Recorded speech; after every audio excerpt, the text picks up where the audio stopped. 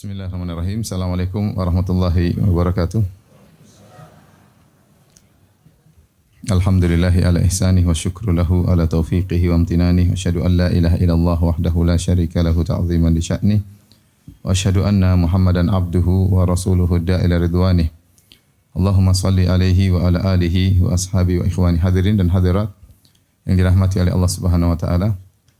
Alhamdulillah, puji dan syukur kita panjatkan kepada Allah atas segala limpahan karunia yang Allah berikan kepada kita. Salawat dan salam semoga tercurahkan selalu kepada junjungan kita Nabi Muhammad sallallahu alaihi wasallam dan juga kepada keluarga kita dan kepada keluarga beliau serta keturunan beliau dan juga kepada pengikut yang setia hingga akhir zaman kelak. Pembahasan kita pada kesempatan pagi hari ini adalah tentang misteri umur 40 tahun ya. Dan pembahasan ini penting bagi orang-orang yang sudah mencapai usia 40 tahun ya. Di antaranya saya ya. Yang baru saja berusia 40 tahun. Dan juga lebih penting lagi kepada yang sudah lewat 40 tahun. Di antaranya bapak-bapak ya. Yang ada sudah usia 50 dan ada yang sudah 60. Dan ada yang sudah meninggal dunia. Demikian juga penting bagi orang-orang yang usianya kurang dari 40 tahun agar dia tahu atau dia persiapan bagaimana jika usianya sudah 40 tahun. Umur ini umur yang satu-satunya Allah sebutkan dalam Al-Quran dalam surat Al-Ahqaf ya, ayat ke-15 dan seterusnya. Kata Allah Subhanahu wa taala, wa wassaynal insana biwalidayhi ihsana hamalathu ummuhu kurhan wa wada'athu kurhan wa hamluhu wa fisaluhu 30 syahra. Kami mewasiatkan kepada manusia untuk berbakti kepada kedua orang tuanya dengan sebakti-baktinya. Ibunya telah mengandungnya dengan kesulitan, dengan keberatan ya. Kemudian telah melahirkannya juga telah dengan kesulitan ya. Kemudian hamluhu wa fisaluhu 30 syahra, dan kandungannya serta sapihannya semuanya sekitar 30 bulan. Hatta idza balagha ashuddahu, tatkala sang anak sudah mencapai asyuddahu yaitu mencapai umur yang cukup ya.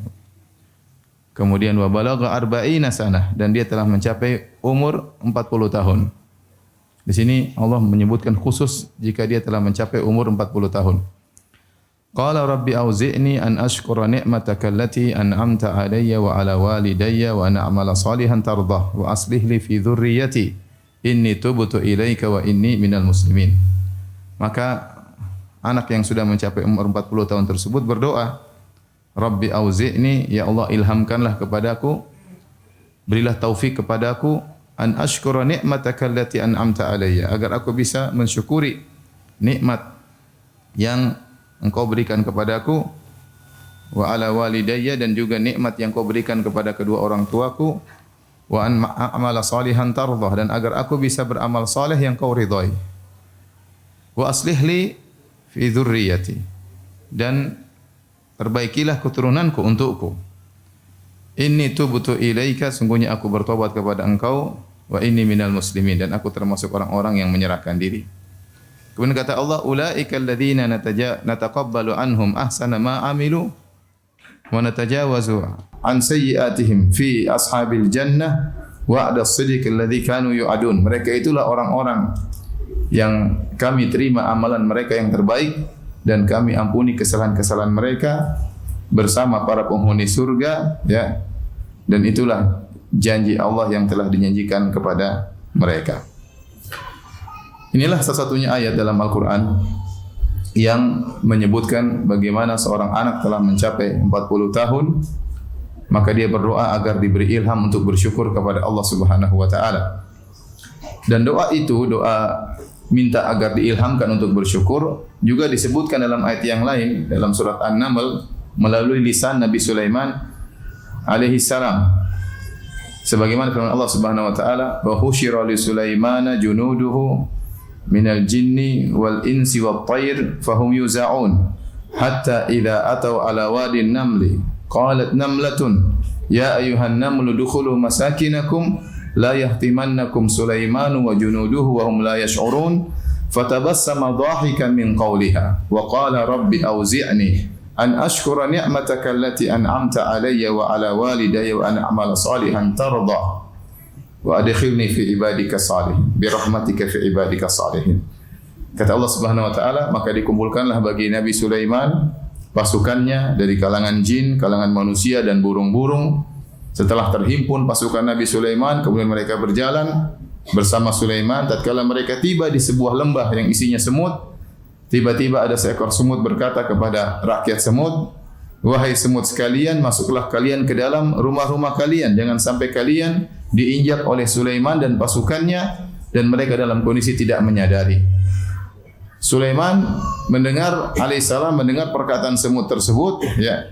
Maka dia fatabassama dhahikan, maka beliau tersenyum, ya, melihat bagaimana perkataan dan tingkah semut yang menakjubkan tersebut. Yang ini tentu sudah saya pernah jelaskan dalam kisah Nabi Sulaiman. Ketika Nabi Sulaiman mengetahui nikmat yang Allah berikan kepadanya, bagaimana dia bisa mendengar perkataan seekor semut yang memperingatkan semut-semut yang lainnya, maka dia berdoa, Rabbi auzi'ni an ashkura ni'mataka allati an'amta alayya. Ya Allah, ilhamkanlah kepadaku.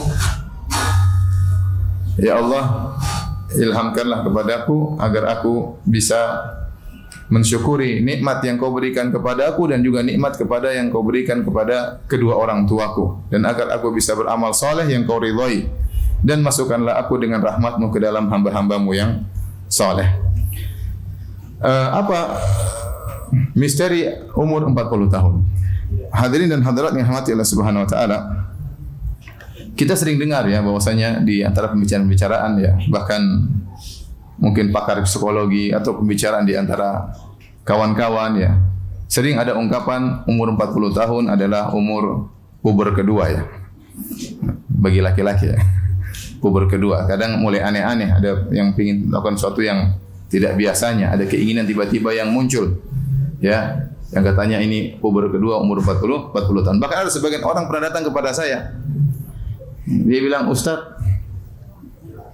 40 tahun ini pasti ada sesuatu. Saya merasakan ingin melakukan sesuatu." Memang kamu ingin apa? Saya ingin poligami. Apa hubungannya dengan 40 tahun? Mau poligami kapan saja silakan poligami. Dia ingin berdalil bahwasanya disyariatkan poligami umur 40 tahun. Dia merasa bahwasanya umur 40 tahun itu membuat dia harus melakukan suatu hal yang baru ya. Dia merasakan demikian. Entah dia termakan dengan perkataan banyak orang atau dia merasakan sendiri, wallahu alam bisawab. Ya, tapi memang benar umur 40 tahun adalah umur yang spesial. Makanya Allah sebutkan secara spesial tentang angka 40 tahun tersebut ya. Sehingga sebagian orang mengatakan adalah lelaki puber kedua umur 40 tahun, dan sebagian ada kata-kata yang menyakitkan, katanya laki-laki umur 40 tahun sudah menopause. Baik. Allah Subhanahu wa taala ya menyebutkan di awal ayat sehingga kita tahu kenapa disebutkan khusus umur 40 tahun. Allah sebutkan di awal ayat, wa wassaynal insana biwalidayhi ihsana. Kami telah mewasiatkan kepada manusia untuk benar-benar berbakti kepada kedua orang tuanya. Kemudian ya kita tahu bahwa ini umum ya, mencakup manusia siapapun. Kalau dia masih punya dua orang tua, maka hendaknya dia berbakti kepada keduanya. Kalau masih ada salah satunya, dia berbakti kepada yang masih hidup. Ya. Dan tidak memandang apakah kedua orang tuanya dulu berbuat baik kepadanya atau mentelantarkan dirinya ya, atau menzaliminya ya. Allah tidak mengkhususkan orang tua seperti itu. Yang penting Anda seorang manusia, Anda punya orang tua, maka wajib berbakti. Terlepas orang tua Anda dulu perhatian sama Anda atau tidak, cuek sama Anda, mentelantarkan Anda, atau malah mengantarkan Anda kepada kesyirikan, memaksa Anda untuk berbuat kesyirikan, tetap seorang anak disuruh oleh Allah berbakti kepada kedua orang tua. Karena bagaimanapun kondisi kedua orang tua, sang anak adalah hasil ya pertemuan antara sperma ayahnya dan sel ovum dari ibunya. Maka perintah untuk berbakti kepada orang tua bersifat umum. Bahkan dalam ayat yang lain Allah mengatakan wa in jahadaka ala an tusyrika bihi ma laysa laka bi ilmun fala tuti'huma wa sahibuhuma fid dunya ma'rufa. Dan jika kedua orang tuamu musyrik dan mengajakmu untuk berbuat kesyirikan, bukan cuma berbuat zalim, bahkan mengajak untuk berbuat kekufuran, mengajak untuk masuk neraka. Ya. Kata Allah, "Fala tuti'huma," jangan kau taat kepada keduanya. Tapi apakah Allah bilang jauhi mereka? Ya. Balas mereka dengan kezaliman? Ya. Enggak. Kata Allah, "Wasahibuhuma fid dunya ma'rufa." Hendaknya pergauli mereka berdua dengan cara yang baik. Jadi perhatikan, ini manusia disuruh berbakti kepada kedua orang tuanya. Apapun kondisi kedua orang tuanya. Setelah itu Allah sebutkan tentang kondisi ibunya. Kata Allah Subhanahu wa taala, "Hamalathu ummuhu kurhan." Ibunya mengandungnya kurhan, dalam kondisi berat. Kurhan dalam bahasa Arab artinya benci. Tidak suka. Tahir Ibnu Asyur dalam tafsirnya mengatakan apa? Maksudnya sang ibu karena mengandung dia tidak suka dengan kondisi dia, ya. Berat. Dia sayang sama janinnya. Dia sayang sama anaknya, tapi tidak suka dengan kondisi dia yang harus ya mengandung sang anak yang muntah-muntah, ya. Wahnan ala wahnin, semakin lemah yang bertambah-tambah, ya. Kemudian kelemahan yang luar biasa, dan kita tahu bagaimana kondisi seorang wanita jika mengandung, ya. Dia tahu bagaimana kondisi seorang wanita, memang terutama kalau kita lihat istri kita bagaimana mengandung setengah mati, ya. Kemudian muntah-muntah, ya. Sebagian mereka harus masuk di rumah sakit, harus diimpus karena muntah yang tidak berhenti-berhenti, ya. Pinggang sakit, kaki sakit, ya. Kemudian suami juga ikut sakit karena harus mijit-mijit, ya. Terkadang minta sesuatu yang aneh-aneh, kata orang namanya ngidam, ya. Terkadang ngidamnya pingin makanan tertentu, ya. Dan ini kejadian nyata, ya. Sebagian wanita tidak suka dengan aroma tubuh suaminya ketika mengandung. Dan itu terjadi. Bahkan sebagian wanita tidak kuat melihat wajah suaminya tatkala dia sedang apa? Mengandung. Dan ini terjadi benar. Subhanallah. Kasihan suaminya. Sebagian pengen makan makanan tertentu. Saya sering cerita, saya punya kawan lulusan Madinah, dia lagi sama istrinya di bis. Istrinya ngidam. Tahu-tahu istrinya bilang, "Abi, saya pengen makan rujak." Kata teman saya, "Oh, gampang makan rujak." "Enggak, Bi, rujak yang lagi dimakan ibu itu." Ya, subhanallah. Ya, terpaksa teman saya datang ketemu dengan ibu tersebut, kasih mukadimah sana sini, intinya rujaknya diambil. Tapi maksud saya ya, yang berat istri tentu berat, suami juga ikut merasa keberatan. Kata Allah Subhanahu wa taala, "Wada'tu kurhan ay karihatan lihaliha." Dia benci, tidak suka dengan kondisinya. Tidak ada yang suka. Wanita senang punya gembira punya janin, tapi dia tidak suka dengan rasa sakit yang dia alami. Kalau bisa melahirkan tanpa rasa sakit, semua ingin demikian. Ya, artinya Allah mengatakan dia tidak suka dengan kondisi dia, bukan tidak suka dengan janinnya. Dia tidak suka dengan kondisi dia yang perutnya besar, berat, kemudian badannya jadi melar semua, yang tadinya tubuhnya bagus, kemudian jadi berubah. Kadang muncul bercak-bercak hitam dan macam-macam, muncul bintik-bintik, berbagai macam hal timbul pada tubuhnya. Ya, kemudian muntah-muntah dan yang lainnya, ya. Kemudian kata Allah Subhanahu wa taala, ya, bahwa wada'athu kurhan, dan tatkala melahirkan juga dalam kondisi sulit, dalam kondisi dia tidak suka dengan kondisi tersebut, bahkan bertarung dengan kematian. Timbul pertanyaan, kenapa Allah Subhanahu wa taala menyebutkan tentang kondisi ibu, tidak menyebutkan kondisi ayah? Konteksnya adalah Allah berbicara tentang seorang anak yang sudah mencapai masa 40 tahun. Ya, anak tersebut mungkin dari kecil sampai besar yang dia lihat adalah ayahnya yang bekerja keras, dia tidak pernah melihat kondisi ibunya mengandungnya. Karena dia dalam janin, dia tidak pernah lihat. Dia tidak pernah lihat bagaimana ibunya waktu melahirkan dia, dan itu bisa buat dia lupa dengan hal itu semua. Adapun ayahnya bekerja keras, dia lihat setiap hari sampai dia besar, ayahnya cari uang, cari nafkah, dia lihat. Sehingga terkadang seorang anak lupa dengan bahwasanya ibunya penuh perjuangan dalam ya melahirkan sang anak. Oleh karenanya Allah ingatkan hal tersebut, dan ini juga kata para ulama dalil bahwasanya perhatian sama ibu ya harus lebih daripada ayah. Ini ada khilaf, ada yang mengatakan sama saja antara ayah dan ibu, ada yang mengatakan bahwasanya kepada ibu harus lebih daripada ayah berdasarkan hadis Nabi sallallahu alaihi wasallam Ya Rasulullah, man ahakun nasi bi sahabati? Ya Rasulullah, siapa orang yang paling utama untuk aku pergauli dengan baik? Kata Nabi sallallahu alaihi wasallam, ummuka, ibumu. Kemudian siapa ya Rasulullah? Ummuka, ibumu. Kemudian siapa ya Rasulullah? Ummuka, ibumu. Kemudian siapa ya Rasulullah? Abuk, ayahmu. Ibu disebutkan 3 kali, baru kemudian ayah sekali. Kenapa? Kata para ulama, di antara hikmahnya karena ada 3 hal yang tidak dialami oleh ayah, yaitu mengandung, hanya ibu yang mengandung, melahirkan, hanya ibu yang melahirkan, menyusui, hanya ibu yang menyusui, dan Allah sebutkan 3-tiganya dalam ayat ini. Kata Allah Subhanahu wa taala, ya hamalathu ummuhu kurhan, ibunya mengandung dalam kondisi yang tidak menyenangkan. Wa wada'athu kurhan, kemudian melahirkan dalam kondisi yang tidak menyenangkan. Wa hamluhu wa fisaluhu.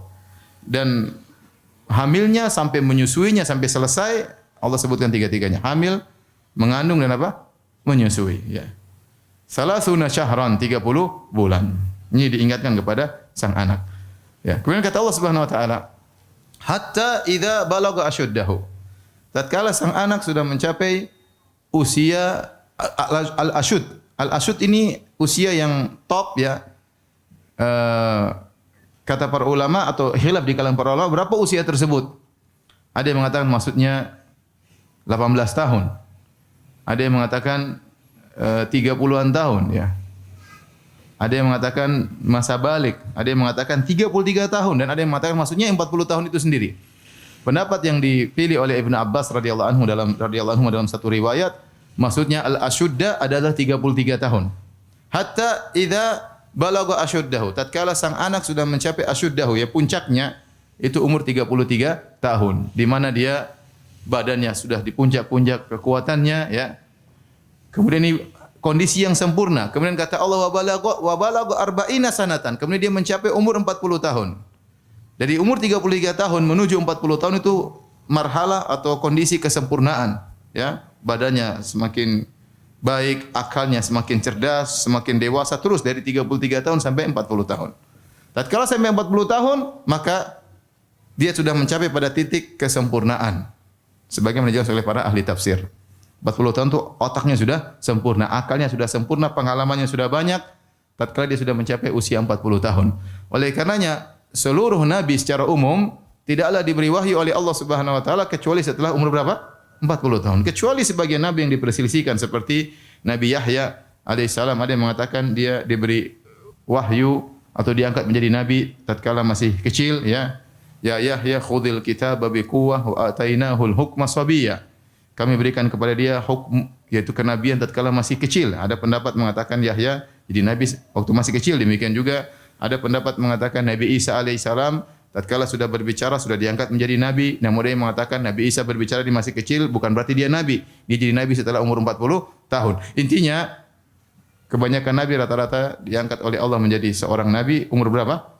40 tahun. Menunjukkan disitulah otaknya sudah sempurna, akalnya sudah sempurna, dia sudah siap untuk diperintahkan untuk membina umat, untuk memberi pengarahan kepada umat manusia.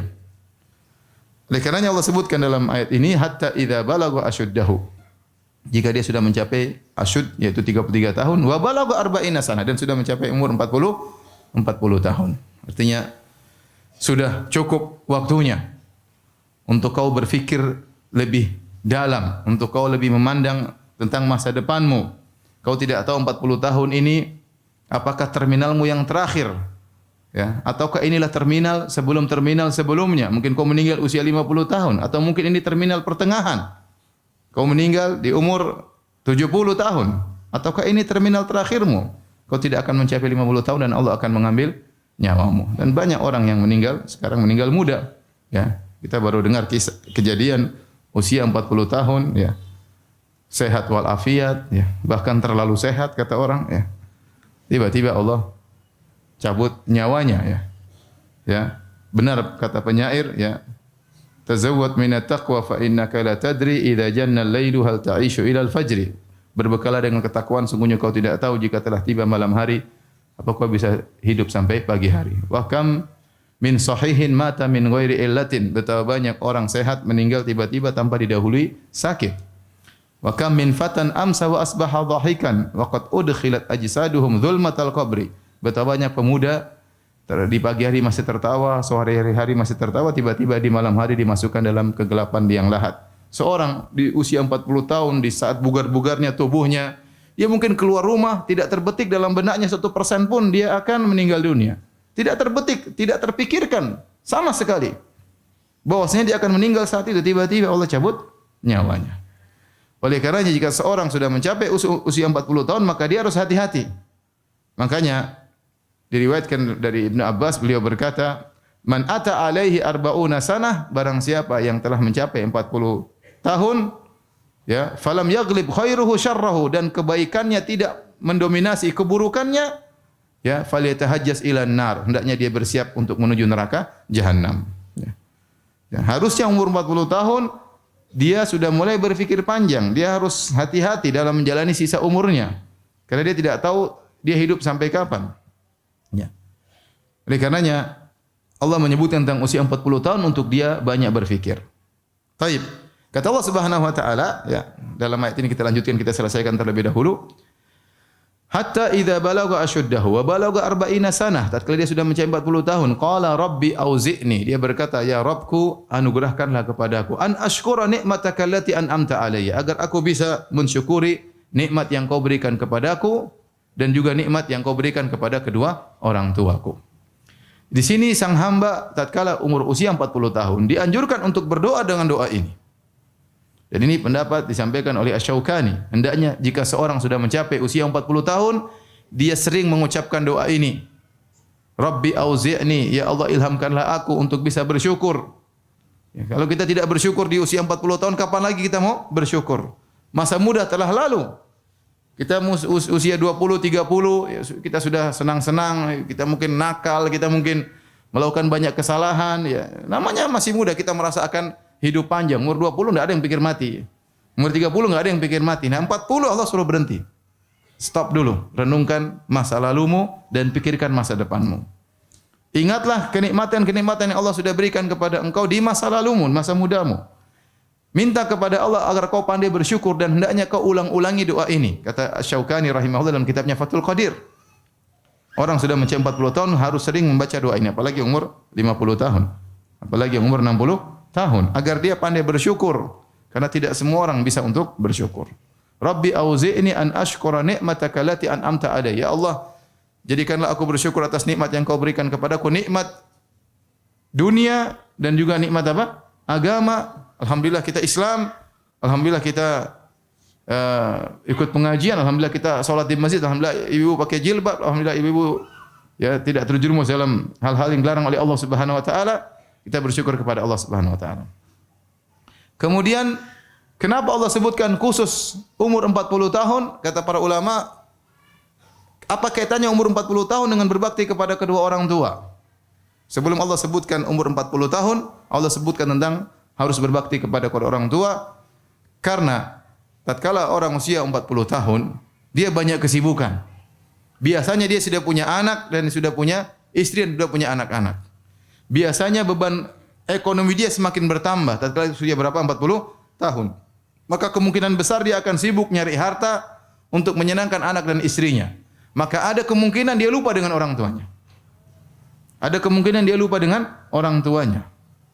Maka Allah ingatkan, kamu sudah 40 tahun, benar, mungkin kau jadi pemimpin, mungkin kau jadi pejabat, mungkin kau banyak urusan jadi kepala ini, kepala anu. Ya. Anak-anak butuh biaya sekolah ini, istri juga butuh maintenance, enggak gampang ya.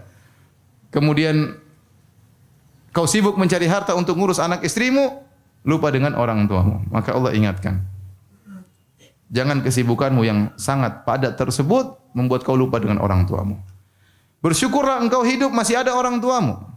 Betapa banyak orang yang cemburu melihat dirimu yang masih milik orang tua. Betapa banyak orang yang umur 40 tahun orang tuanya sudah tidak ada. Banyak orang sudah 40 tahun, orang tuanya sudah tidak ada. Dia berangan-angan. Seandainya orang tua saya ada, saya akan duduk memijit kakinya, saya akan selalu melayaninya. Tapi kesempatan sudah tidak ada. Jadi ini peringatan kepada kita, kalau kita sudah umur 40, orang tua kita tidak akan lama lagi hidupnya. Kalau kita umur 40, orang tua kita sudah mungkin 65, sudah mungkin mau 70 ya. Biasa umur umat Nabi baina sittin ila sab'in, antara 60 sampai 70. Allah ingatkan bahwasanya waktumu untuk berbakti tinggal sedikit. Jangan sampai kesibukan yang kau rasakan ya membuat kau lalai berbakti kepada kedua orang tuamu. Kedua orang tua. Di sini Allah ingatkan. Disinilah kenapa kata para ulama dikaitkan antara berbakti sama orang tua dengan umur 40 tahun. Ya, dengan umur 40 tahun.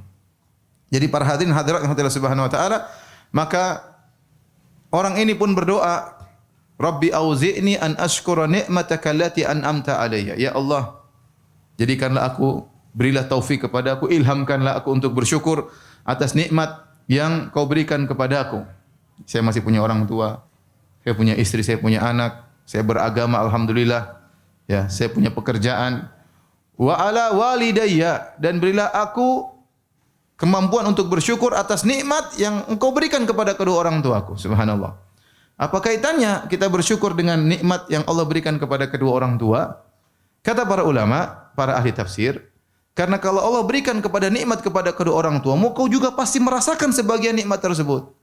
Kalau orang tuamu dulu kaya, kau kan juga merasakan nikmat tersebut. Kalau orang tuamu dulu soleh, kau juga merasakan dampak dari kesolehan kedua orang tuamu. Kalau orang tuamu dulu dermawan, kau juga merasakan. Orang tuamu dulu perhatian, akhlak mulia, kau juga merasakan. Tidaklah ada kenikmatan yang Allah berikan kepada kedua orang tua kita kecuali kita juga merasakan apa? Kebaikannya. Ya. Kemudian kenapa kita meminta agar bisa mensyukuri nikmat yang Allah berikan kepada kedua orang tua? Sebagian ahli tafsir mengatakan karena bisa jadi kedua orang tua kita dulu kurang pandai bersyukur, maka kita mewakili untuk bersyukur atas nikmat yang Allah berikan kepada mereka berdua. Apalagi kita pikirkan tentang kondisi kita, Bapak dan Ibu yang dirahmati Allah Subhanahu wa taala. Orang tua kita dulu mungkin enggak ngaji. Mana pernah ikut pengajian? Dulu pengajian enggak ada. Mungkin mereka minim ilmu agama mereka. Mungkin mereka terjerumus dalam hal-hal yang dilarang oleh Allah Subhanahu wa taala karena kejahilan, karena ketidaktahuan. Sehingga mereka belum pandai mensyukuri nikmat yang Allah berikan kepada mereka berdua. Nah, kita anaknya seakan-akan kita berkata, "Ya Allah, kalau orang tuaku dulu tidak mampu mensyukuri nikmat atau kurang dalam mensyukuri nikmat yang Engkau berikan kepada mereka berdua, akulah anak mereka. Aku mewakili mereka untuk mensyukuri nikmat-nikmat tersebut, maka ilhamkanlah diriku untuk bisa mensyukuri nikmat yang Engkau berikan kepada mereka dahulu." Ya. Ini kita tatkala sudah umur 40 harus sering mendoakan orang tua, ya. Harus sering mendoakan orang tua. Itu ciri anak soleh. Ciri anak soleh. Ya. Kata Allah Subhanahu wa taala, "An ashkura ni'mataka allati an'amta 'alayya wa 'ala walidayya wa na'mala salihan tardah." Dan anugerahkanlah kepadaku kemampuan untuk bisa beramal soleh yang kau ridhai. Ya. Allah memiliki sifat ridha. Allah ridha dengan amal soleh. Kita ingin mencari keridhaan Allah, maka beramal soleh. Amal soleh itu apa? Amal yang ikhlas. Amal yang ikhlas dan sesuai dengan petunjuk Nabi SAW. Sudahlah, sudah bukan saatnya kita pencitraan lagi. Bukan saatnya kita beramal soleh untuk dipuji oleh orang, untuk diakui oleh teman-teman kita, untuk dipuji oleh teman-teman pengajian kita, untuk diakui oleh panitia pengajian yang lainnya, untuk dihormati oleh ustaz-ustaz lainnya. Bukan saatnya lagi. Sudah umur kita tidak panjang lagi. Cari amal soleh, mencari keridhaan Allah Subhanahu wa taala. Sekarang mulai belajar, ada penyakit-penyakit hati, ingin dipuji, ingin disanjung, ujub, buang itu semua. Ya, buang itu semua. Saatnya kita berusaha untuk ikhlas kepada Allah Subhanahu wa taala. Karena Allah tidak ridha kecuali kepada amal soleh. Amal tidak menjadi soleh kecuali ikhlas karena Allah Subhanahu wa taala. Wa na'mala salihan tarda wa aslih li fi dzurriyyati. Dan Allah, ya berilah aku, perbaikilah anak-anakku. Dan ini doa untuk anak-anak. Nah, orang sudah umur 40 tahun, doa buat dirinya, doa buat orang tuanya tidak lama lagi meninggal, tidak lama lagi hidup. Dan doa buat anak-anaknya, karena anaknya aset. Karena kalau dia meninggal, siapa yang ngirim pahala kepada dia kalau bukan apa? Anak-anaknya. Siapa yang setia mendoakan dia kalau bukan siapa? Anak-anaknya. Maka konsen mendoakan orang anak-anak. Ya, ibu-ibu bangun malam, ya sudah. Bangun malam doain orang tua, doain suami, doain anak-anak. Ya. Jangan buang-buang waktu. Nonton berita sana, berita sini, berita sana. Browsing sana, browsing sini. Cari tas baru, sepatu baru, sendal baru. Lama-lama suami baru. Alhamdulillah. Udah sekarang udah 40 tahun, konsen. Anak-anak gimana anak saya? Didik baik-baik, doain serius. Wa aslih li fi dzurriyyati. Inilah harapan kita. Inilah kebahagiaan kita. Anak-anak ini kalau kita meninggal kalau kita sudah tua siapa yang ngurusin kita? Kalau anak kita enggak berbakti, enggak soleh terus gimana? Doa secara serius, wa aslih li fi dzurriyyati. Wa aslih li fi dzurriyyati. Kemudian lanjutan doa tersebut, inni tubtu ilaika. Aku bertobat kepada Engkau ya Allah. Saatnya di umur 40 kita memperbaharui taubat. Kita sadar bahwasanya banyak masa lalu kita yang buruk. Banyak masa lalu kita yang kelam, ya. Banyak yang sudah kita lihat di medsos, banyak yang sudah kita komentari di medsos, banyak gibah namimah yang sudah kita dengar. Kita bertobat saatnya. Kapan mau bertobat lagi? Udah 40 tahun Allah ingatkan. Inni tubtu ilaika ya Allah, aku bertobat kepadamu. Jadi ini doa harus dihafal ya Ibu ya. Sudah hafal belum? Hah? Belum ya. Sudah 40 tahun belum? Sudah lewat malah. Ya, hafal doa tersebut. Inni tubtu ilaika wa inni minal muslimin. Aku termasuk orang-orang yang menyerahkan diriku.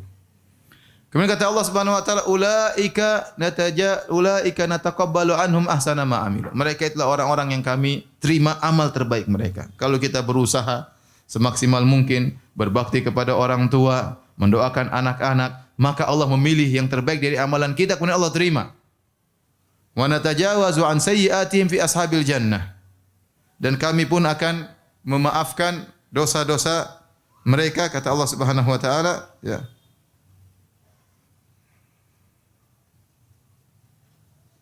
Kami memaafkan dosa-dosa mereka.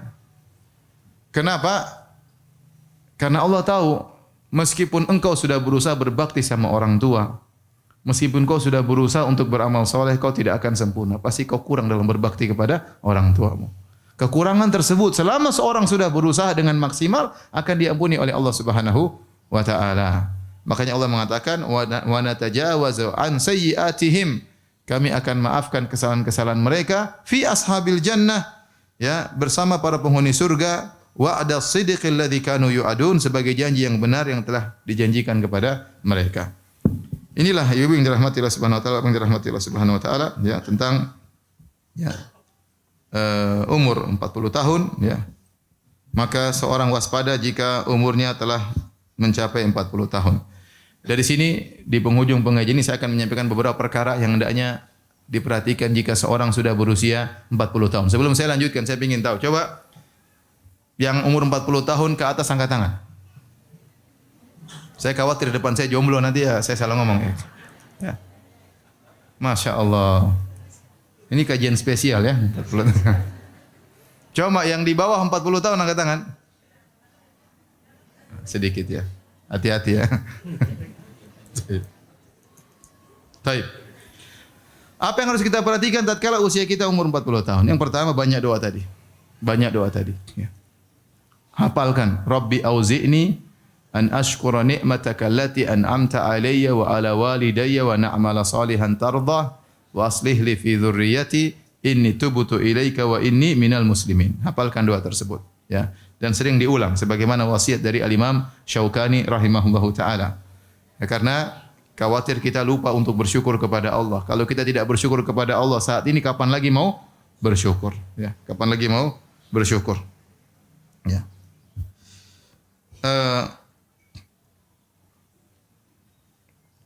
Di antara yang harus kita perhatikan tatkala kita umur 40 tahun, sudahlah saatnya kita fokus ibadah.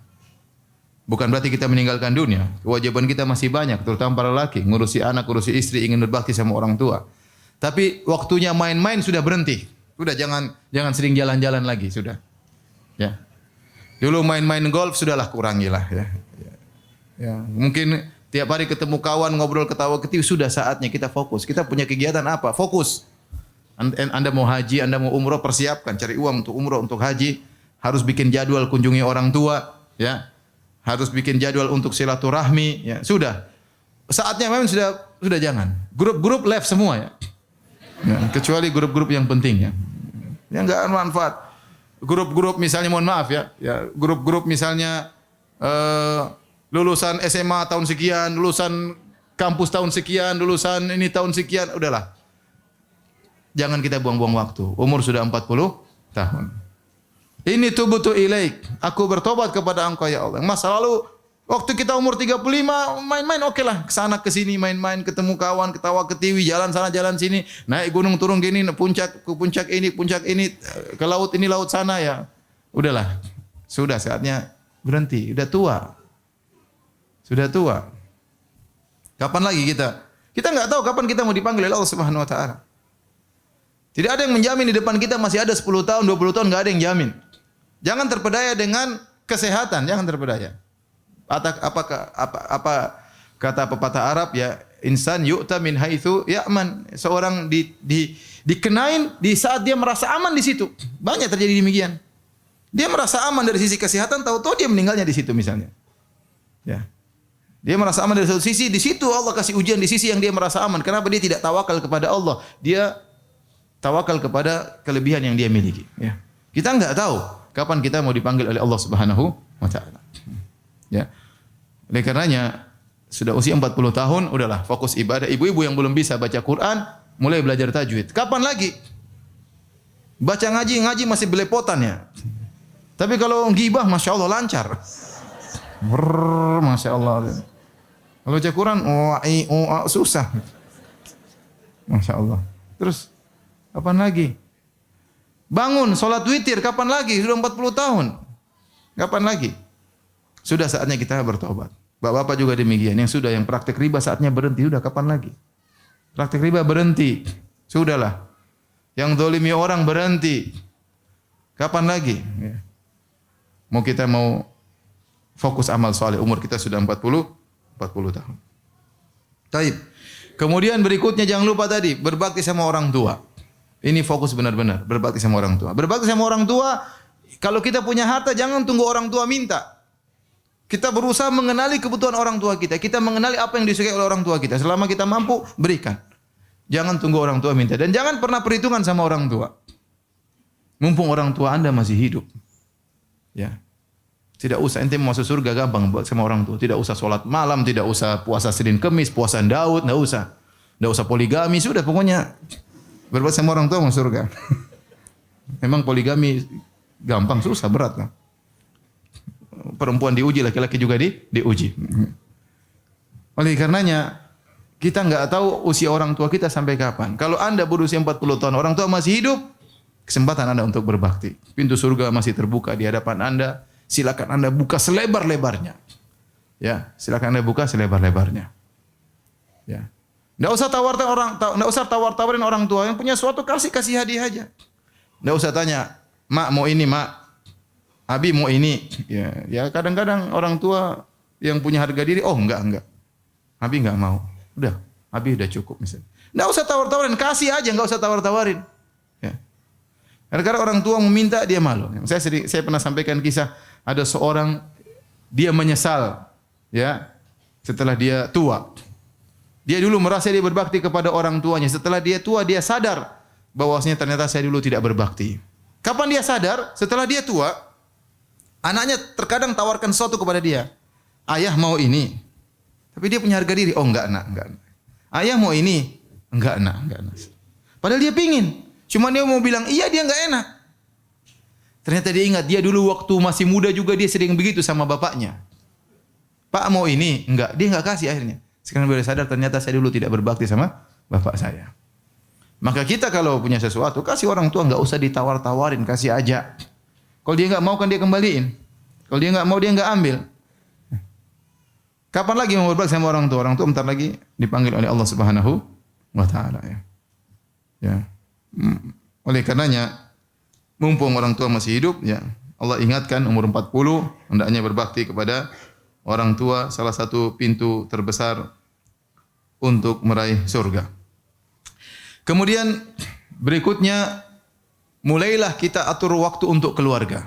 Ada seorang akan meninggal dunia, dia tanya, apa yang kau sesalkan selama hidupmu? Dia katakan, saya menyesal tidak menyisihkan waktu untuk anak istri saya, terjebak dengan rutinitas kerjaan harian yang buat saya lalai untuk menghabiskan waktu untuk anak istri. Kita sudah umur 40 tahun, sudah saatnya kita pekerjaan mulai kita kurangi dikit-dikit. Ya, kita mulai sisihkan waktu untuk anak istri. Karena sebentar lagi anak-anak kita sudah sekolah, sudah ninggalin kita. Karena sebentar lagi anak kita sudah nikah, sudah diambil sama orang. Sekarang kita bangun rumah besar, nggak ada isinya, kosong. Kenapa? Anak kita diambil sama orang. Anak kita juga nggak mau tinggal sama kita, malas tinggal sama bapak, sama ibu. Cerewet, terlalu ngatur. Dia tinggal tempat lain. Ya. Kalau dia mau tinggal sama kita, kadang istrinya bilang jangan tinggal sama bapak. Ya sudah, kita nggak mungkin larang-larang. Kamu harus tinggal sama saya, nggak mungkin. Dia punya ingin hidup sendiri, ingin mandiri. Sudah di rumah kita jarang ketemu lagi mereka. Saat-saatnya kita umur 40 tahun, mulailah kita kasih waktu buat istri ngobrol, suami perhatian lebih banyak, anak-anak ya. Bagaimana kegiatan mereka. Sebagaimana kita berikan kepada mereka kebutuhan jasmani, kita berikan kebutuhan rohani. Mulai kita perhatikan agama mereka, mulai kita ngobrol seperti kawan sendiri. Kapan lagi? Masing-masing kita semua sibuk. Antum sibuk, saya juga sibuk. Tapi kalau kita tidak menyengajakan untuk bisa ketemu anak-anak, kapan lagi kita bisa punya waktu untuk mereka? Sebentar lagi mereka akan meninggalkan kita. Kalau mau mengikuti keinginan duniawi tidak akan pernah berhenti. Oh, jadi pejabat pingin jadi pejabat lebih tinggi. Udah punya duit pingin lagi. Usaha enggak pernah berhenti. 24 jam kerja. Anak-anak mana? Pingin dipeluk-peluk, pingin manjat-manjat badan kita. Ya. Pingin loncat-loncat di kita. Enggak ada, enggak bisa. Oleh karenanya, jangan sampai antum menyesal di kemudian hari. Ya. Waktu lewat begitu saja, sibuk dengan dunia, ya antum ya mau kaya seberapa sih? Antum kaya apapun, tetap saja ya naik mobil satu juga. Enggak mungkin antum naik mobil sekalian dua. Mobil 100 yang pakai cuma apa? Satu. Antum sekaya apapun tidur ya tempat tidur segitu aja, mau diapain? Ya. Antum kaya apapun makan cuma satu piring. Saya kadang 2 piring bisa. Enggak mesti kaya untuk makan 2 piring. Orang kaya terkadang makan malah pilih-pilih dan macam-macam. Mau saya udahlah. Dunia kita cari ya. Kita senangkan anak istri, tapi harus ada waktu buat anak istri. Antum sudah berusia 40 tahun. Kapan lagi mau dekat sama anak-anak? Baik. Di antara yang harus kita perhatikan setelah kita berusia 40 tahun, mulailah ya jaga waktu dan kesehatan ya. Jaga waktu dan kesehatan. Kesehatan itu mahal harganya ya. Orang sudah sakit nggak bisa apa-apa ya. Memang kita sakit ya kita bersabar, kurangi pahala, diangkat derajat. Ya, tapi akan mengurangi aktivitas kita. Ya. Kita mau jalan-jalan sama anak-anak sudah nggak bisa karena sakit dan yang lainnya. Maka seorang berusaha untuk menjaga kesehatannya tatkala umur 40. Saya sering ketemu dokter, kata mereka, "Ustaz, kalau sudah 40 tahun mulai banyak penyakit-penyakit yang tidak pernah ketemu sebelumnya ya. Tahu-tahu darah tinggi, tahu-tahu gula, tahu-tahu asam urat ya. Yang itu tidak pernah terpikirkan sebelumnya. Sebelum umur 40, santai makan apa, makan terserah. Begitu udah 40 tahun, sedikit-sedikit iya. Naik mobil yang tadinya kuat, sering ngantuk, subhanallah. Sudah 40 tahun. Ya. Rambut sudah mulai putih ya. Ya. Sudah mulai lemah. Orang sudah 40 tahun di puncak kesehatan dia mulai menurun. Benar ada yang sampai 50 kuat, tapi jarang. Biasanya kalau sudah 40 mulai naik ke atas 41, 42, 43 mulai berkurang kemampuannya. Mulailah pandangannya melemah, mulailah pendengarannya melemah, mulai kekuatannya melemah. Dulu bisa lari begitu cepat, sekarang tidak bisa cepat. Dulu bisa jalan berkilo-kilo, sekarang sudah berkurang ya. Tapi semangat makan semakin banyak. Hati-hati ya. Ada orang bilang kalau udah 40 tuh hati-hati makan ya. Apa saja jadi daging, minum jadi daging, hirup udara saja bisa jadi daging. Kalau udah enggak perhatikan makan sana makan sini puasnya, akhirnya kita sakit. Kalau sudah sakit, beraktivitas susah. Membahagiakan anak istri juga susah. Maka seorang waspada, sudah 40 tahun, jaga kesehatan, bikin rutinitas olahraga, ya jangan juga berlebihan, tapi intinya ada waktu untuk olahraga, ada waktu untuk ngobrol sama anak istri, ada waktu jalan-jalan sama anak istri, dan ada waktu untuk fokus belajar. Ya. Untuk belajar agama. Waktu untuk ya mendekat kepada Allah Subhanahu wa taala.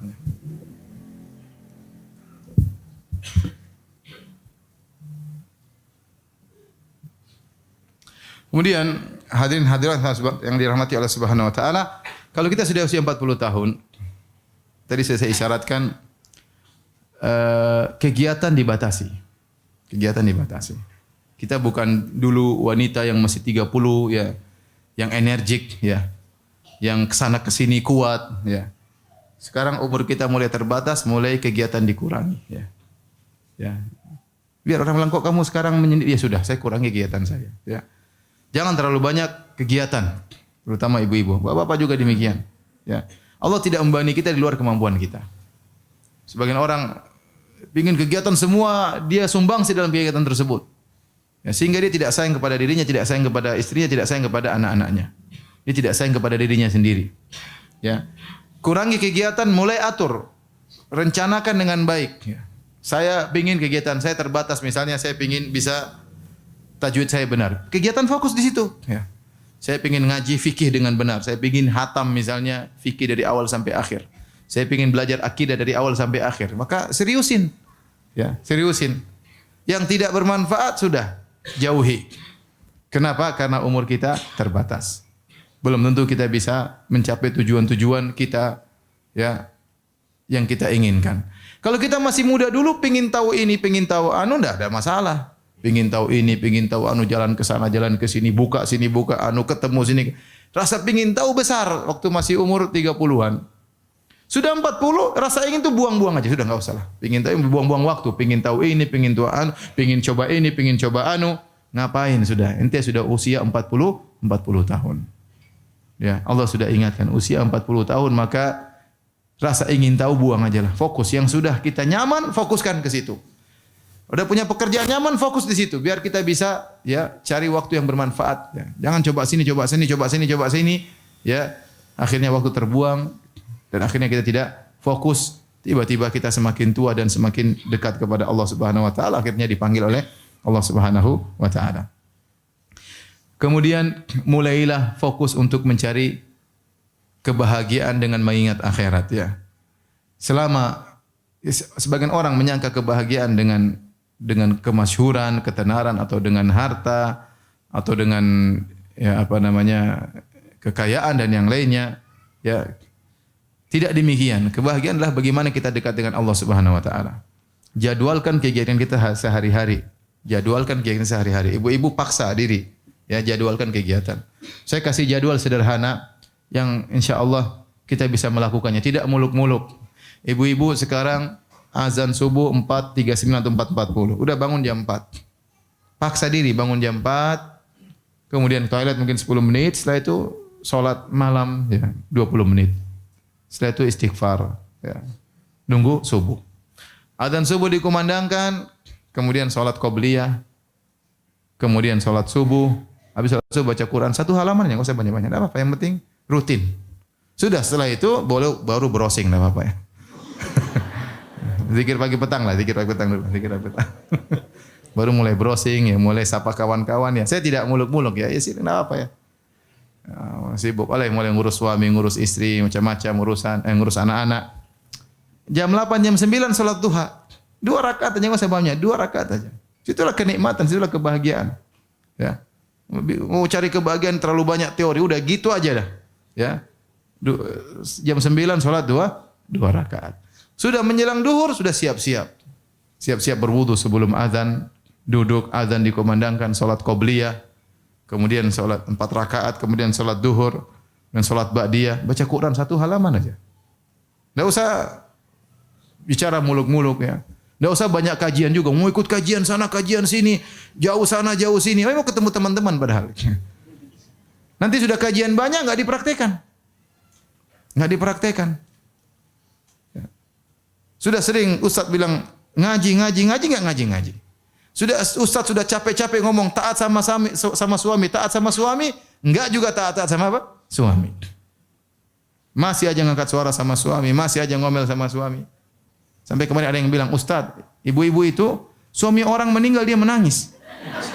Suaminya masih hidup dia omelin. Masya Allah. Ada seperti itu. Lihat berita nangis, suami orang mati dia menangis. Suaminya masih hidup diomelin. Kita ini nuntut ilmu untuk diamalkan. Udah pada duhur sudah makan sama suami, ya layani suami tidur. Asar bangun lagi sholat asar, zikir pagi petang. Sudah enggak apa-apa, jalan kegiatan yang lain, mau pengajian malam-malam terserah. Tapi zikir sore jangan kerjakan, jangan ditinggalkan. Kemudian jangan bengong ya. Daripada bengong mending kita berzikir. Apa susahnya kita bilang astagfirullah, astagfirullah, astagfirullah, subhanallah, walhamdulillah, wala ilallahu akbar. Apa susahnya kita baca Al-Quran? Ya. Kalau nggak bisa baca Quran ya zikir aja. Jangan seorang wanita muslimah bengong. Lihat atas, lihat bawah. Nggak ada kegiatan. Duduknya. Jangan, itu nggak ada pahalanya. Mending kalau kita bengong kita apa? Astagfirullah, astagfirullah, astagfirullah. Gitu aja. Apalagi kita sudah mencapai usia berapa? 40 tahun. Inilah Bapak dan Ibu yang dirahmati Allah Subhanahu wa taala yang bisa saya sampaikan, peringatan bagi diri saya pribadi dan juga bagi antum dan antuna sekalian ya. Semoga di usia kita yang sudah mencapai 40 tahun ini Allah menjadikan kita hamba-hambanya yang pandai bersyukur ya. Jadi menjadikan kita hamba-hamba yang tidak lalai dari hari akhirat, menjadikan kita hamba-hamba yang pandai berbakti kepada kedua orang tua. Wallahu taala alam bisawab. Kalau ada yang bertanya saya persilakan. Masya Allah, syukur Ustaz atas penyampaian materinya. Silakan Bapak Ibu bagi yang akan mengajukan pertanyaan bisa diajukan lewat secari kertas dan kita akan coba bacakan dan kita pilihkan. Baik Ustaz, mohon izin ada beberapa pertanyaan di luar tema. Baik Ustaz, yang pertama Ustaz, apakah dosa dan juga kesalahan yang pernah dilakukan di masa lalu itu bisa dihapus bersih tanpa ada azab dari Allah dengan memperbanyak melakukan amal soleh Ustaz? Iya, jadi dosa ya bisa terhapuskan ya di antaranya dengan bertaubat. Kata Nabi sallallahu alaihi wasallam, "Ataibu minadzam kama la dzambalahu." Seorang yang bertaubat dari dosa seperti orang yang tidak ada dosanya lagi. Kemudian dengan perbanyak apa? Istighfar. Astagfirullah, astagfirullah, astagfirullah. Dan di antaranya dengan berbanyak amal soleh. Kata Nabi SAW, "Wa'atbi sayyi'atal hasanah tamhuha." Bahwasanya kalau kau melakukan kesalahan, ikutkanlah dengan kebaikan. Niscaya kebaikan tersebut akan menghapuskan dosamu. Ya, itu di antara hal yang mengurungkan dosa. Di antaranya dengan musibah-musibah yang dialami oleh seseorang. Maka itu juga bisa menggugurkan dosa. Kata Nabi SAW, "La tasubbil humma fa innaha tudhibu khataya bani Adam kama yudhibul kirkhabatal hadid." Jangan kau mencela demam, sungguhnya demam itu bisa menghapuskan dosa-dosa sebagaimana alat pandai besi menghilangkan karat besi. Itu di antara yang bisa dilakukan oleh atau bisa menggugurkan dosa. Yang pertama tadi bertobat, kedua istighfar, yang ketiga perbanyak amal soleh, yang keempat bersabar tatkala ditimpa dengan ujian kehidupan ya. Maka 4 perkara itu kalau kita jalankan, maka dosa-dosa kita akan digugurkan oleh Allah Subhanahu wa taala. Baik Ustadz, dan mohon izin berikutnya pertanyaan dari Ikhwan. Ustadz, terkait pembahasan usia 40 dan kita sudah memiliki anak istri dan juga kesibukan yang lain, bagaimanakah menempatkan kedudukan berbakti kepada orang tua kandung dan juga mertua Ustadz? Tetap orang tua kandung nomor 1 tanpa melalaikan hak mertua. Seorang suami yang baik adalah yang berbakti kepada kedua orang tua kandungnya dan juga berbuat baik kepada kerabatnya. Di antara kerabatnya adalah istrinya dan keluarganya. Kita tahu namanya kekerabatan ada 3 jalan. Yang pertama kekerabatan dengan nasab, yang kedua kekerabatan dengan al-musaharah yaitu dengan pernikahan, dan yang ketiga kekerabatan dengan susuan. Semua ini adalah kerabat kita. Kalau kita punya saudara susuan, kita dianjurkan untuk berbuat baik. Ya, kalau kita punya kekerabatan dengan pernikahan seperti istri, mertua, ipar, kita juga dianjurkan berbuat baik, dan yang lebih utama adalah berbuat baik karena nasab, di antaranya kepada kedua orang tua. Oleh karenanya, ya kita membagi waktu kita, membagi harta kita, kita fokus kepada kedua orang tua kita dan kita berikan juga kepada istri dan keluarga istri ya. Tetapi kita tidak boleh menyamakan antara ibu kandung dengan ibu mertua. Ini sering saya sampaikan. Dan ibu-ibu tidak boleh menuntut suaminya untuk menyamakan ibunya suami dengan ibunya ibu, enggak boleh. Ya, karena ibu kandung tetap lebih utama. Namanya ibu kandung, yaitu ibu yang mengandung. Ya, ibu mertua dulu tidak mengandung kita, ya. Yang mengandung kita ibu kandung kita. Dia yang kesulitan, dia yang bertarung dengan kematian, dia yang menyusui, ya. Ibu mertua kan baru hadir dalam kehidupan keluarga kita. Ya, kita sebagai suami berbakti kepada ibu kandung dan berbuat baik kepada ibu mertua. Tapi kalau menyamakannya tentu tidak. Tentu tidak ya. Ya.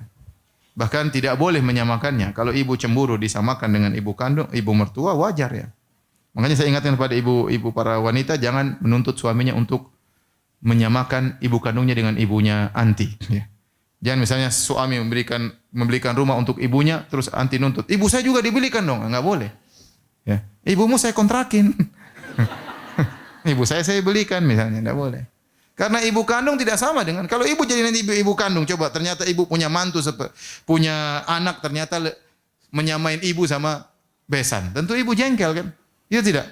Kok saya disamakan dengan besan? Yang ngandungin kamu dulu siapa? Makanya tidak boleh menyamakan ibu kandung dengan ibu mertua. Karena ibu mertua, ya saya sering sampaikan, ibu mertua bisa ditambah, bisa ibu mertua 1, ibu mertua 2, ibu mertua 3, ibu mertua 4, bisa. Jadi ibu mertua kalau masalah bisa diganti dengan ibu kandung nggak bisa. Maksud saya suami yang baik berbakti kepada orang tuanya dan tetap memperhatikan hak apa keluarga istrinya, tapi menyamakan enggak.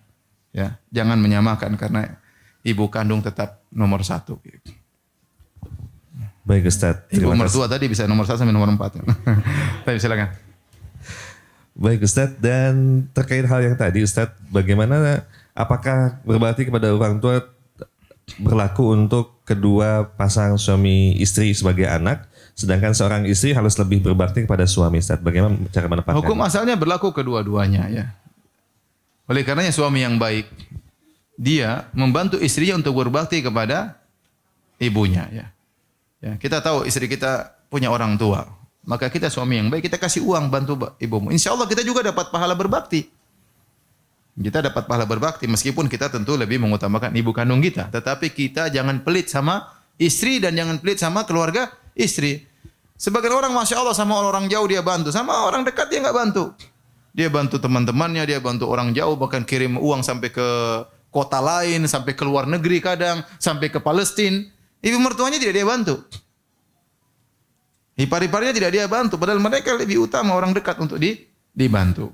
Maka kita ya, istri kalau ternyata dia masih punya orang tua, dia bilang sama suaminya baik-baik, Mas bantu saya dong untuk bantu berbakti sama orang tua saya, mumpung ibu saya masih hidup, ya sampaikan dan kita tingkatkan layanan kepada suami, ya insya Allah kalau suami terbuka hatinya dia akan bantu kita untuk berbakti kepada orang tua kita, ya. Jadi itu caranya. Apalagi kalau istri tidak kerja hanya sebagai ibu rumah tangga, dia nggak punya uang, dia nggak punya apa-apa ya. Maka di antara dia untuk bisa membantu orang tuanya dia minta kebaikan dari suaminya. Wallahu a'lam bishawab. Baik Ustaz, terima kasih banyak. Dan selanjutnya Ustaz terkait tadi yang Ustaz bahas tadi, bagaimanakah sikap kita sebagai anak untuk berbakti kepada orang tua dan ingin berikan hadiah sementara orang tua sudah sangat berkecukupan Ustaz? Mohon nasihatnya.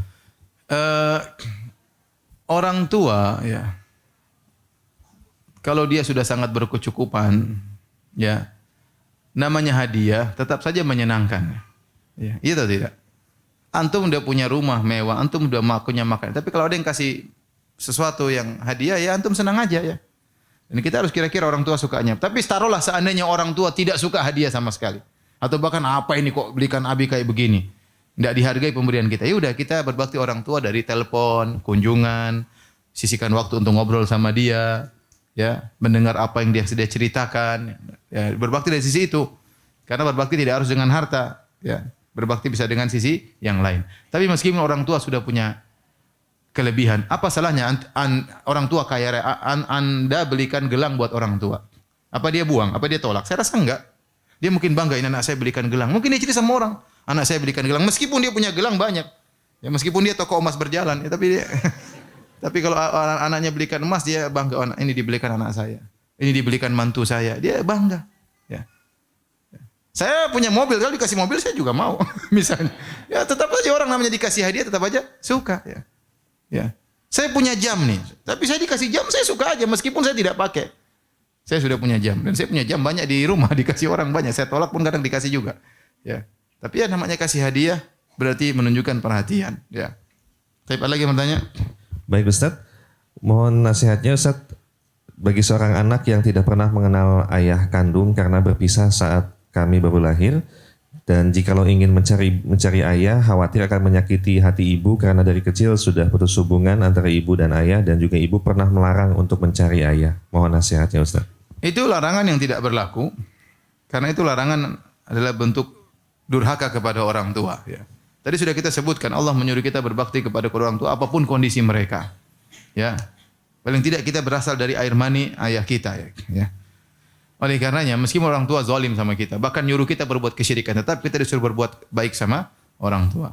Maka tidak ada salahnya anti cari ya atau antum cari berita tentang ayah di mana dia, tanpa harus kasih tahu ibu. Tanpa harus cerita sama ibu. Ya datang ketemu ini anakmu, ya kalau ada hadiah kasih sekedarnya. Yang penting itu bakti luar biasa, itu pahalanya besar. Saya bilang mungkin lebih besar daripada berjihad di jalan Allah, lebih besar daripada anti bangun malam, salat malam, khatam Quran, mungkin lebih besar kita cari orang tua, kita kasih hadiah kepada orang tua semampu kita ya. Tanpa harus lapor kepada ibu ya. Kemudian kalau kemudian orang tua akhirnya sering telepon kita, tidak apa-apa. Ya kita pandai-pandai saja bagaimana menghadapi ibu ya, meskipun ibu sangat jengkel sama ayah kita ya. Tapi tetap dia ayah kita bagaimanapun kondisinya. Allah alam bisawab. Baik, syukran Ustaz. Dan selanjutnya, sampai batasan manakah berbakti kepada ibu yang murtad Ustaz dan qadarullah menjadi misionaris yang sampai saat ini masih terus berusaha untuk memurtadkan anak-anak dan keturunannya Ustaz. Mohon nasihatnya Ustaz. Saya katakan tadi, ayat sudah jelas. Wa in jahadaka ala an tusyrika bi. Jika kedua orang tuamu memaksamu untuk berbuat syirik. Ya, ini misionaris dua-duanya ini ceritanya. Allah sebutkan. Jika kedua orang tua musyrik dan memaksamu untuk berbuat syirik, maka jangan ikut. Tapi kata Allah apa? Wa sahibuhuma fid dunya ma'ruf. Di dunia wajib untuk berbuat baik kepada orang tua yang misionaris. Dan di antara bentuk bakti yang baik adalah dialog sama orang tua. Nasihati dia, diskusi. Apa susahnya diskusi sama orang Nasrani ya? Orang Nasrani agamanya enggak logis. Anti dengan sedikit ilmu bisa diskusi. Diskusi jangan sudah diskusi langsung bicara masalah ketuhanan Nabi Isa. Apakah Nabi Isa Tuhan? Diskusi fokus itu, ngobrol. Orang tua ya kita ngobrol. Kenapa bisa gimana Nabi Isa? Kita belajar dulu baru ngobrol. Kasih syubhat sama orang tua ya. Siapa tahu dia sadar, kita enggak tahu. Ya saya kenal seorang orang tuanya bukan misionaris tapi dia Nasrani. Waktu sakit dia dakwah terus dia datangi. Mungkin yang saudara lain tidak perhatian dia datangi. Dia ngobrol sama orang tuanya. Sampai sebelum meninggal orang tuanya masuk apa? Islam. La ilaha illallah. Kita enggak tahu kapan hidayah Allah kasihkan ya. Tapi harus ada usaha, jangan menang aja, diem aja, enggak. Ngobrol, Umi, memang Yesus Tuhan kah? Kalau Tuhan saya sembah dia ya, ngobrol gitu. Saya pingin sembah Yesus, tapi Yesus bukan Tuhan. Buktinya begini, 1, 2, 3, 4, seterusnya. Kata Allah, kana yakulani ta'am. Ya. Isa dan ibunya dulu makan makanan, masa Tuhan makan? Ya. Misalnya, logika-logika sederhana. Ya. Tapi harus kita belajar untuk bisa berdialog dengan ibu kita. Intinya ngobrol. Jangan dibiarkan saja. Ibu berusaha membuat kita murtad, kita berusaha dia jadikan dia apa? Islam. Jangan diam aja, lawan dengan cara yang baik. Itu di antara bentuk berbakti, berusaha agar dia dapat hidayah kepada Islam.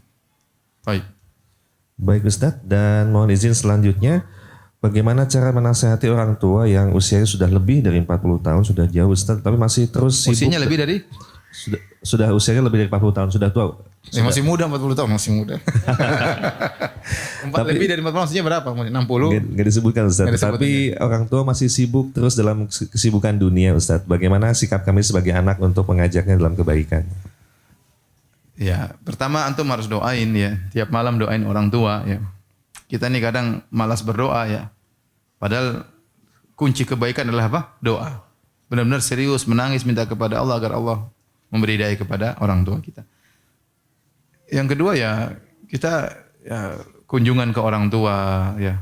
Kalau bisa bikin ide bikin pengajian di rumah ya. Kita siapin ya. Kita IO-nya ya. Ayah gimana bikin pengajian di rumah? Paling tidak itu membuat dia mendengar ayat-ayat Allah, mendengar hadis-hadis Nabi SAW.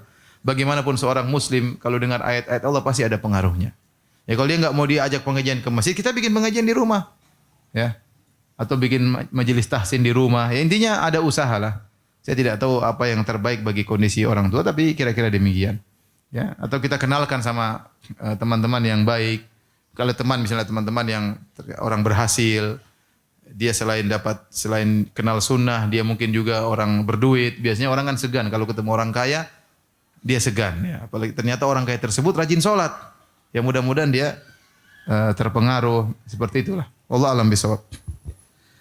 Baik Ustadz, dan selanjutnya Ustadz mohon nasihatnya bagaimanakah ciri-ciri meninggal saat husnul khotimah Ustadz? Apakah meninggal tanpa sakit itu lebih baik dengan yang meninggal didahului dengan sakit terlebih dahulu? Mohon nasihatnya. Sederhana, husnul khatimah yaitu meninggal dalam kondisi sedang beramal soleh. Itu saja. Sedang beramal soleh, sedang berangkat misalnya ingin berbakti sama orang tua, tahu-tahu kecelakaan di jalan. Husnul khatimah. Kenapa? Sedang berencana untuk berbakti kepada orang tua. Ya. Lagi sholat meninggal, lagi mau ikut pengajian, tahu-tahu meninggal dunia misalnya. Ya, lagi berbakti sama orang tua. Intinya lagi baca Quran meninggal dunia. Ya, bukan lagi joget di pinggir sungai, lagi bikin band di pinggir kolam lele misalnya, enggak. Tahu-tahu datang tsunami meninggal dunia, terus bilang ini ya husnul khatimah. Lagi nyanyi joget kemudian meninggal. Subhanallah, saya lihat ya orang-orang mengatakan nyanyi enggak apa-apa, joget enggak apa-apa, tapi dulu sempat tersebar ada klip orang lagi joget meninggal dunia. Semua orang tahu itu mati buruk. Meskipun mereka bilang joget boleh, emang joget enggak boleh. Tapi kalau ente yang mati dalam kondisi gitu gimana? Ridho enggak? Oh enggak, saya enggak mau. Enggak ridho. Berarti nurani Anda tahu itu enggak baik. Meninggal dalam kondisi itu tidak baik. Ya. Nanti bilang ini husnul khotimah. Enggak, husnul khotimah mudah. Meninggal dalam kondisi sedang beramal saleh. Tadi lagi sedekah meninggal dunia, lagi berbuat sama orang meninggal dunia, lagi ya makanya misalnya ada seorang di satu pesawat. Bisa jadi di dalam pesawat itu ada yang husnul khatimah, ada yang su'ul khatimah. Satu pesawat ada yang satunya ingin berbakti sama orang tuanya harus bersafar, ada satunya mencari nafkah untuk anak istrinya, ya. Dan dia niatkan, ada satunya ingin pergi ketemu pacarnya, ada satunya ingin berzina, ada satunya ingin main judi, pesawat meledak. Satu mati husnul khatimah, satu mati konyol. Kondisinya sama, tapi Allah Maha tahu tentang niat orang tersebut. Tapi intinya tadi, makanya hati-hati kalau kita bermaksiat segera berhenti. Segera bertobat kepada Allah. Khawatir kita sedang bermaksiat, tahu-tahu Allah cabut nyawa kita. Ya. Wallahu a'lam bishawab. Baik Ustadz, dan mohon izin pertanyaan di luar tema Ustadz. Ustadz terkait dengan bulan Rajab yang akan tiba, Ustadz mohon nasihat amalan-amalan seperti apakah yang bisa dilaksanakan di bulan Rajab dan apa yang tidak boleh Ustadz? Ibnu Hajar rahimahullah taala ya punya buku menjelaskan tentang bahwasanya semua hadis-hadis tentang keutamaan bulan Rajab semuanya dhaif. Semuanya apa? Dhaif ya. Oleh karenanya tidak ada amalan khusus di bulan Rajab ya. Tidak lain kecuali kita sedang menanti dekatnya bulan apa? Ramadan ya. Semakin dekat kepada bulan Ramadan. Adapun amalan khusus maka tidak ada sama sekali di bulan Rajab ya. Kita perbanyak amal soleh sebagaimana di bulan-bulan yang lainnya. Wallahu a'lam bishawab. Baik, terima kasih Ustadz. Dan pertanyaan berikutnya menggabungkan dua pertanyaan yang kurang lebih senada sama. Ustadz, bagaimanakah cara menyikapi orang tua yang kadang tidak bijaksana pilih kasih terhadap anak-anak dan cucunya dan juga tidak adil seperti pemahaman kami, dan bagaimana nasihatnya untuk kami sebagai anak Ustadz? Anak mau orang tua zalim, mau orang tua enggak adil, antum sabar ya. Antum dulu sudah bikin repot dalam perut ibu. Sudah membuat orang tua hampir mati waktu melahirkan antum. Sudah susah-susah gendong antum. Dia tidak pernah minta upah. Kalau dia kurang dalam melayani antum, ya sudah antum kasih uzur. Sudah terlalu sering dia melayani antum tanpa antum beri bayaran. Ya. Kalau antum mau nasihati boleh. Bu. Kalau orang tua tidak adil ya sudahlah. Kita doain semoga Allah maafkan ibu kita. Semoga Allah maafkan ayah kita. Adapun antum tuntut, bikin keributan, ngapain? Ya. Sudahlah. Allah suruh kita berbuat bakti kepada orang tua. Orang tua mau ngajak kesyirikan aja kita enggak boleh balas dengan kasar. Apalagi hanya sekadar lebih sayang kepada. Dan itu kita rasakan terkadang ya. Ikhwan perhatikan ibu-ibu, terkadang orang tua dia sayang kepada salah seorang dari anggota keluarga, dari kakak dan adik kita karena ada sesuatu kita enggak tahu kenapa. Ada orang sangat sayang kepada misalnya kepada adik kita. Kenapa? Adik kita ternyata punya kelainan. Orang tua kita punya perhatian khusus. Ya, dia sayang sekali. Padahal ini kelainan nakal, tidak pernah kasih kita yang sering kasih duit, kita kurang disayangi. Kita ngerti ini ibu punya perasaan lain. Dia pasti ingin adil, tapi terkadang ada hal yang membuat dia fokus kepada salah satunya, kita tidak tahu sebabnya apa. Ya udah kalau antum merasa tidak ini ya nasihati, ngomong apa? Mak, kenapa tidak adil, Mak? Saya kan sudah begini, harusnya kenapa masukkan aja. Kalau orang tua tidak terima, tetap tidak adil ya sudah. Mau ribut, ya. Sampai ada yang marah sama ibunya. Ibu tidak adil. Ibu durhaka sama anak ibu. Masya Allah. Ada dosa baru namanya durhaka sama anak. Setahu saya cuma durhaka sama orang tua. makanya ya udah sabar itu ujian hidup ya, ujian hidup. Justru kita sayang sama orang tua, dia tidak adil, kita berdoa semoga dia diampuni oleh Allah Subhanahu wa taala, bukan kita menanamkan kebencian kepada orang tua. Allah alam bisawab. Baik Ustadz, dan mohon izin pertanyaan berikutnya dari Ahwat. Ustadz, di usia kami yang sudah mencapai 40 tahun ini, kami bersaudara mengetahui bahwa ada salah satu kakak kami yang adalah anak angkat atau anak adopsi. Sementara qadar Allah, kedua orang tua kami telah meninggal dunia tanpa sempat memberitahukan status kakak tersebut. Apakah ada kewajiban kami selaku adik untuk memberitahukan hal tersebut, sementara kakak yang lain tidak mau memberitahukan tentang hal tersebut Ustadz kepada kakak? Apakah ada faedahnya untuk menyampaikan? Jelas harus tahu karena berkaitan dengan nasab, ya. Berkaitan dengan warisan hukumnya lain, berkaitan dengan ponakan juga, anak kita bukan mahram dia misalnya, ya. Urusannya panjang, ya. Maka kenapa kita kumpul baik-baik, ngomong, kami anggap sebagai keluarga kami, tapi ini sekedar untuk memberitahu karena ini tidak merubah kondisi, hanya sekedar syariat, ya, ada aturannya. Ya, tapi kita baik, ketawa-ketawa terus kita sampaikan. Anggap seperti benar-benar kakak sendiri, tapi kan kita tahu ada batasan syariat. Ya.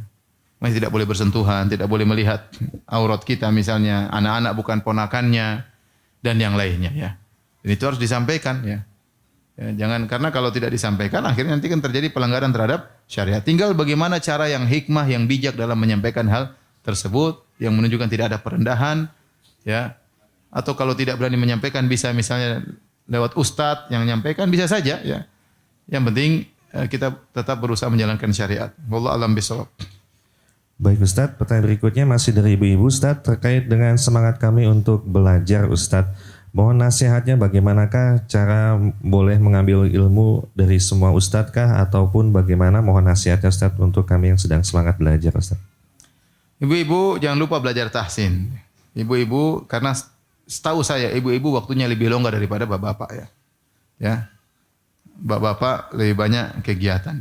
Oleh karena ibu-ibu, ya, waktu yang longgar itu jangan sampai tersibukkan dengan hal yang tidak bermanfaat, ya.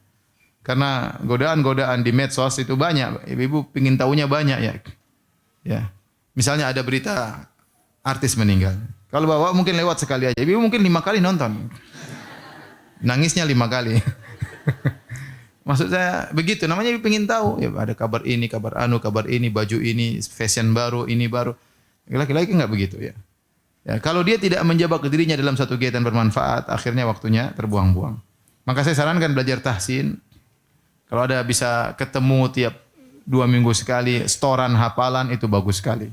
Itulah kata Allah, wal baqiyatus shalihatun khairun 'inda rabbika thawaban wa khairun amala. Al baqiyatus shalihat, amal saleh yang tersisa. Apa yang ibu di dunia tidak ada yang tersisa. Ya, rumah akan ditinggal, harta akan ditinggal, kecantikan akan hilang, ya. Semuanya akan hilang, ya. Yang tersisa di akhirat cuma amal saleh. Di antaranya bacaan Al-Qur'an. Maka cari guru yang bisa ngajar tahsin, serius belajarnya, bukan main-main, ya. Ya, bikin grup atau bikin pertemuan 2 minggu sekali, ada perbaikan tajwid dan ada setoran hafalan. Nanti enggak keras ibu setahun tahu-tahu sudah hafal 10 surat. Tahun depan sudah hafal 20 surat, yang 5 suratnya lupa. Terus datang bertambah alhamdulillah, ya. Nanti suatu saat suami salah, tegur suami, "Ya suamiku, Allah berfirman." Masya Allah. Masya Allah. Jadi ustazah istri saya. Dan itu pengaruh luar biasa, ya. Oleh karenanya waktu yang banyak itu jangan terbuang sia-sia. Saya sayang ibu-ibu jangan terlalu banyak grup, jangan terlalu banyak teman. Teman oke, tapi jangan kebanyakan. Kalau kebanyakan teman akhirnya banyak WhatsApp, banyak ini, banyak ketawa ketiwi, banyak waktu terbuang. Akhirnya nuntut ilmu tidak pernah jalan. Yang kedua, kalau nuntut ilmu cari ustadz yang jelas, ya, bukan hanya ustadz yang ketawa ketiwi, tapi ustadz yang jelas ilmunya. Kita ingin belajar apa? Belajar fikih, yang belajar tiap ahli fikih. Karena kalau kita belajar sama ustadz yang bukan ahli fikih, misalnya kita ingin belajar fikih, akhirnya kita sering apa? Sering memperbaiki yang sudah kita dengar. Oh, ternyata salah. Capek kalau begitu. Ya. Ternyata yang kita dengar semua harus diformat misalnya. Kita belajar akidah juga sama yang benar. Ustadz ini bidang akidah. Udah kita belajar akidah sama dia. Berusaha kita dengar. Kalau nggak paham kita putar ulang. YouTube-nya kita putar ulang. Seperti itu. Bukan sekedar siapapun kita boleh duduk. Akhirnya nggak teratur ilmu kita. Terkadang ada kesalahan harus kita revisi kembali, repot. Dan itu banyak kejadian seperti itu ya. Banyak kejadian seperti itu. Makanya saya bilang untuk ilmu, umur kita terbatas, cari ilmu yang benar. Di YouTube juga ada silsilah pengajian ini, masalah ini. Ya, yang kita butuhkan apa? Kita belajar dengan baik-baik. Kalau enggak ngerti, tanya kepada orang yang paham. Allah alam bisawab. Baik Ustaz, mohon izin pertanyaan berikutnya terkait berbakti kepada ibu Ustaz. Nah, seringkali ibu sering curhat kepada kami tapi menjelek-jelekan tentang ayah dan juga keluarga ayah Ustaz. Apakah kami boleh tetap mendengarkan atau bagaimana Ustaz? Mendengarkan sambil dinasihati. Jangan dengarkan dan mengiyakan, jangan. Sudahlah Bu. Gitu nasihatnya. Ya. Enggak usah, kita udah dengar 1000 kali Bu. Ini yang ke-1002 Ibu. Udah kita udah ngerti Bu, sudah enggak usah dilanjutkan. Tapi harus ada nasihat disampaikan. Dia cerita kita dengarkan tapi kita sampaikan ya. Disampaikan dengan baik-baik agar ibu mengerti. Itu memang berat, memang orang tua terkadang apa yang di benak dia ingin ungkapin apa? Semuanya. Mau enggak peduli gibah, ngerumpi, dia peduli siapa yang dia rumpin, dia tidak peduli mau tetangga, mau kakak, mau adik, mau ayah, mau keluarga ayah. Masa lalu 20 tahun yang 30 dia ngomongin semuanya, ya. Ya kita yang pandai-pandai depan dia, kita jangan hanya ngiyang-ngiyain. Enggak. Udah Bu, ini enggak boleh Bu. Terus sampaikan dengan nasihat, siapa tahu ibu bisa berubah. Wallahu a'lam bishawab. Baik Ustadz, mohon izin pertanyaan berikutnya terkait rumah tangga Ustadz. Mohon nasihat bagi saya tentang rumah tangga saya sudah bertahun-tahun dan sudah tahu bahwa suami berselingkuh Ustadz dan beberapa sudah talak tapi kemudian rujuk kembali karena suami takut dengan orang tua dan juga keluarga. Sudah berusaha untuk sabar dan sebagai bahan pertimbangan suami sangat berbakti kepada orang tuanya namun ia tidak pernah mau beribadah, sholat pun juga tidak Ustadz. Tetapi ibunya tidak pernah mau menasihati kepada suami dan juga tentang hal perselingkuhannya. Mohon nasihatnya Ustadz, bagaimanakah sikap saya yang terbaik? Ya, Allah alam saya nggak tahu ya. Tapi ya, ibu yang jalani ya. Ibu sholat malam aja lah, berdoa kepada Allah, minta petunjuk ya. Kalau kondisi seperti ini tentunya bertahan juga boleh, berpisah juga boleh, tapi kita nggak tahu mana yang terbaik. Ya. Bertahan dengan kesabaran, nasihati boleh juga. Berpisah juga boleh, tapi saya katakan saya tidak tahu mana yang terbaik. Yang tahu terbaik hanyalah siapa? Allah. Oleh karenanya kalau dari sisi fikih boleh-boleh aja dua-duanya. Bertahan boleh, berpisah juga boleh. Tetapi untuk mengetahui yang terbaik silakan sholat malam, istikharah, minta kepada Allah. Kalaupun harus menjalani maka agar diberi keteguhan dan kesabaran agar suami berubah. Kalau harus berpisah juga hendaknya berpisah dengan baik-baik. Wallahu a'lam bishawab. Baik Ustadz, pertanyaan berikutnya. Ustadz, bagaimanakah nasib seorang hamba yang meninggal di usia muda sementara ia belum banyak mengumpulkan bekal untuk akhiratnya? Apakah ia masih ada peluang untuk masuk surga Ustadz? Mohon nasihatnya. Serahkan kepada Allah Subhanahu wa taala. Karena di masalah penghitungan pahala itu urusan Allah. Ada orang dikasih udzur oleh Allah. Ada pahala kelihatannya kecil ternyata dilipat gandakan oleh Allah Subhanahu wa taala. Ya, rubba amalin saghirin tu'azzimuhun niyyah. Betapa banyak perkara kecil ternyata jadi besar di sisi Allah. Betapa banyak dosa besar ternyata Allah kasih udzur karena dia tidak tahu, karena kondisi yang kita enggak tahu. Tapi yang jelas kalau dia meninggal dalam kondisi Islam, kita sering doain aja. Doain agar dia diampuni, diangkat derajatnya oleh Allah Subhanahu wa taala. Urusan dia surga atau enggak itu urusan Allah Subhanahu wa taala. Sudah. Baik Ustaz, pertanyaan terakhir Ustaz. Kita terkait dengan aplikasi Ustaz. Oh iya, silakan. Ustaz, terkait dengan doa makan Ustaz, ada dua pertanyaan yang sama. Apakah doa Allahumma barik lana fima razaqtana itu boleh diamalkan dan bagaimanakah yang sahih dan nanti bisa dijelaskan aplikasi. Doa setelah makan kita mengucapkan alhamdulillah ya. Alladzi at'amani hadza ta'am wa razaqanihi min ghairi haulin minni wala quwwah ya. Atau kita bilang alhamdulillah. Itu lebih afdal daripada kita misalnya doa yang hadisnya dhaif atau tidak ada sandaran yang sahih ya. Kita tidak melarang ya. Tetapi kita mengatakan mengikuti sunnah lebih apa? Lebih baik ya. Ya. Ada pendoa yang tadi disebutkan maka hadisnya tidak sahih, tidak ada hadis yang sahih. Kita lebih baik berdoa dengan hadis yang sahih dari Nabi sallallahu alaihi wasallam ya. Wallahu a'lam bishawab. Insyaallah dalam waktu mudah-mudahan dalam waktu 2 minggu ya, mudah-mudahan bisa diupdate baik di Android maupun di iPhone ya. Saya bikin zikir yang lebih lengkap lagi ya. Menunya lebih banyak. Saya bagi menjadi zikir setiap saat. Di situ ada Al-Quran, ada solawat, keutamaannya kapan bersolawat, dan boleh solawat setiap saat, tahlil, takbir, istighfar, dan yang lainnya. Ada zikir kegiatan sehari-hari, ada zikir karena sebab, ada zikir pagi petang, ada zikir solat, dalam solat, setelah solat sunnah, setelah solat fardu, dan ada doa-doa pilihan, baik doa memohon maupun doa berlindung ya. InsyaAllah jadi kalau mau dibukukan kira-kira mungkin 500 halaman lebih ya, atau 500. Tapi nanti kalau di aplikasi gratis ya. Tapi insyaAllah dalam 2 minggu. Jadi yang sudah download aplikasi Bekal Islam, mungkin nanti ada pemberitahuan kapan diupdate lagi. Sementara sudah ada zikir-zikir namun belum lengkap ya. Sedang dilengkapi insyaAllah ta'ala. Di antara kelebihan aplikasi tersebut ada syarahnya, ada penjelasannya. Ya, kebanyakan orang bikin buku doa tidak ada apa? Penjelasannya. Nah, dalam aplikasi ini ada penjelasan-penjelasan yang kira-kira diperlukan oleh sang pembaca. Apa maksud doa ini? Ya, apa maksudnya? Sehingga kita tatkala berdoa bisa lebih khusyuk ya. Tapi demikian saja, Bapak dan Ibu yang dirahmati Allah Subhanahu wa taala. Apa yang saya sampaikan yang benar datang dari Allah Subhanahu wa taala, yang salah dari kesilapan saya sendiri dari syaitan. Semoga Allah mengampuni dosa-dosa kita. Kita itu kafaratul majlis. Subhanakallah bihamdik, asyhadu alla ilaha illa anta, astaghfiruka wa atubu ilaik. Assalamualaikum warahmatullahi wabarakatuh.